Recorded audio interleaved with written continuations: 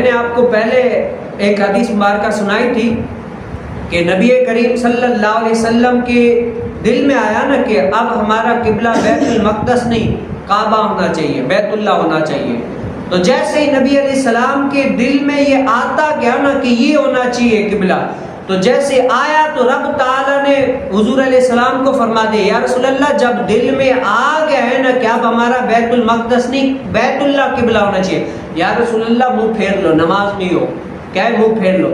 اب جب وہ پوری حدیث آپ نے سنی، حضور علیہ السلام نے منہ پھیر لیا، تو عرب میں کتنی ساری مسجدیں ہوتی تھی، صرف ایک تو مسجد نہیں ہے نا جس میں نماز پڑھا کرتے تھے. آج دنیا کے اعتبار سے دیکھ لیں بہت ساری جگہ پر جمعہ ہوتا ہے، ہر کوئی جمعہ پڑھ رہا ہوتا ہے، لیکن جو شارع علیہ السلام ہے دین کی لوگوں کو تعلیم دیتے ہیں، یہ دین کا مسئلہ یوں نہیں یوں ہے، اب ایسے نہیں ایسے کرنا چاہیے. تو حکم نازل ہوا اب بیت المقدس کی بجائے بیت اللہ کی طرف منہ کر دو. تو صحابہ نے اس ٹائم پر جو حاضر تھے انہوں نے تو بیت اللہ کی طرف کر لیا، لیکن جو دور دراز کے صحابہ ہوتے تھے وہ تو ابھی تک بیت المقدس کی طرف منہ کر کے نماز پڑھ رہے ہوتے تھے.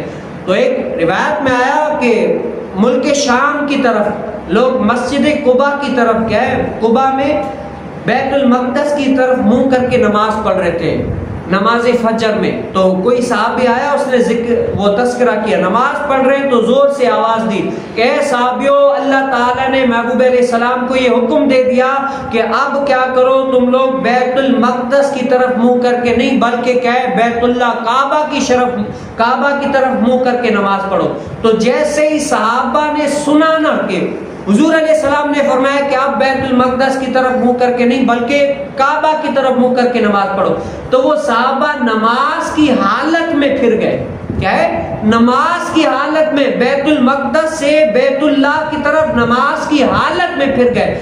اس سے آپ اندازہ لگائیں کہ صحابہ کا جنون دیکھیں، عشق دیکھیں، محبت دیکھیں. حضور علیہ السلام کا صرف فرمان سنا ہے کہ حضور علیہ السلام نے فرمایا، وہ فوراً ہی نماز پڑھ رہے اللہ کی عبادت کریں، اللہ کی عبادت میں بھی حضور علیہ السلام نے یہ فرمایا فوراً پھر گئے.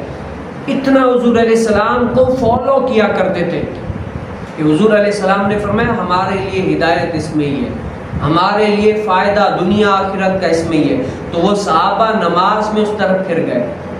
تو میں اور آپ دیکھیں آج جو علماء، صلحاء، صالحین، صوفیاء یہ فرماتے ہیں کہ نبی علیہ السلام کی سنت پر عمل پیرا ہونے کے کئی فوائد ہیں. آج دیکھ لیں صحابہ تو نماز کی حالت میں بھی، سنت یہی ہے نا کہ حضور علیہ السلام نے جو کیا اور جو فرمایا اس پر عمل پیرا ہونا، اس کو اپنے اوپر نافذ کر لینا، یہ سنت کہلاتی ہے. اس کے علاوہ اور بھی بہت ساری، لیکن موٹے الفاظ میں اگر سمجھنے چاہیں تو یہ ہے. تو صحابہ نے اپنے اوپر نافذ کیا، حضور علیہ السلام نے فرمایا میری عملی زندگی میں وہ نافذ ہو جائے. آج میں اور آپ جو دنیاوی لحاظ سے ناکام ہیں نا، اسی لیے کہ ہمارے کردار میں اور ہماری زندگی میں ابھی تک حضور علیہ السلام کی سنت کما حق نافذ نہیں ہو سکی. آج ہمارے مسلمان وہ کیا ہے یورپ اور دیگر ممالک کے کلچر کو اپناتے ہیں. بہت سارے سے لوگ ہیں، آپ دیکھیں یورپ اور جو غیر مسلم ہیں انہوں نے پینٹ شرٹ پہننا شروع کر دیا تو ہمارے مسلمانوں نے بھی پینٹ شرٹ پہننا شروع کر دیا. ہمارے ان غیر مسلموں نے داڑھی کٹانا شروع کر دیا تو ہمارے مسلمانوں نے بھی کٹانا شروع کر دیا. الغرض جو دین اسلام کے خلاف کام ہے وہ غیر مسلموں نے شروع کیا. کافر ہونے کے ناطے وہ اسلام کو نہیں مانتے، کلمے کو نہیں پڑھا، ابھی تک شریعت کے مکلف نہیں ہے، اسلام نہیں لے کر آئے. اب وہ کافر ہے اسی لیے دین کے خلاف کام کر رہے ہیں، وہ کافر ہو کر سارے دین کے خلاف کام کر رہے ہیں. آج ہمارا نام کا مسلمان وہی کام جو اسلام کے خلاف غیر مسلم کر رہا ہے وہ مسلمان بھی کر رہا ہے. اور حتیٰ کہ غیر مسلم اور مسلمان کو دونوں کو ایک ساتھ کھڑا کر دینا، میں آپ کو چوٹ کرنے کے لیے کہہ رہا ہوں کہ غیر مسلم اور مسلمان کو ایک ساتھ کھڑا کر دیں تو ہمارے لیے یہ فیصلہ کرنا بڑا مشکل ہو جاتا ہے کہ ان میں سے مسلمان کون سا ہے اور غیر مسلم کون سا ہے، کیونکہ ان کی چال چلن، رنگ روغن، پہننا سہننا، کھانا پینا، اوڑھنا چلنا پھرنا سب کچھ غیر مسلموں کی طرف ہو گیا. ہم نے کیا بنا دیا؟ آئیڈیا کون سے بنا دیا؟ اپنا آئیڈیل غیر مسلموں کو بنا دیا. لیکن حدیث مبارکہ میں صحابہ کیا تعلیم دے رہے ہیں کہ اپنا آئیڈیل کس کو بنانے؟ نبی کریم صلی اللہ علیہ وسلم کو. اگر تم ان کی باتوں کو عمل اپنی زندگی میں نافذ کر لو گے تو دنیا میں تو کامیاب ہو ہی جاؤ گے، آخرت میں بھی کامیاب ہو جاؤ گے.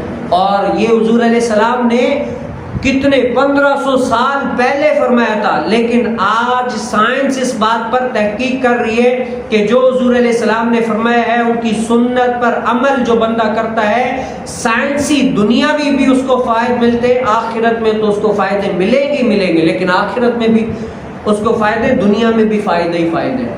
لیکن یہ انسان کے اوپر ہے کہ اپنے رب تعالیٰ کے احکاموں پر اور نبی کریم صلی اللہ علیہ وسلم کی سنت پر کتنا عمل پیرا ہوتا ہے. تو دعا کریں کہ اللہ تعالیٰ مجھے اور آپ کو بھی نبی کریم صلی اللہ علیہ وسلم کی طرف ان کی سنت کو عمل پیرا ہونے کی توفیق نصیب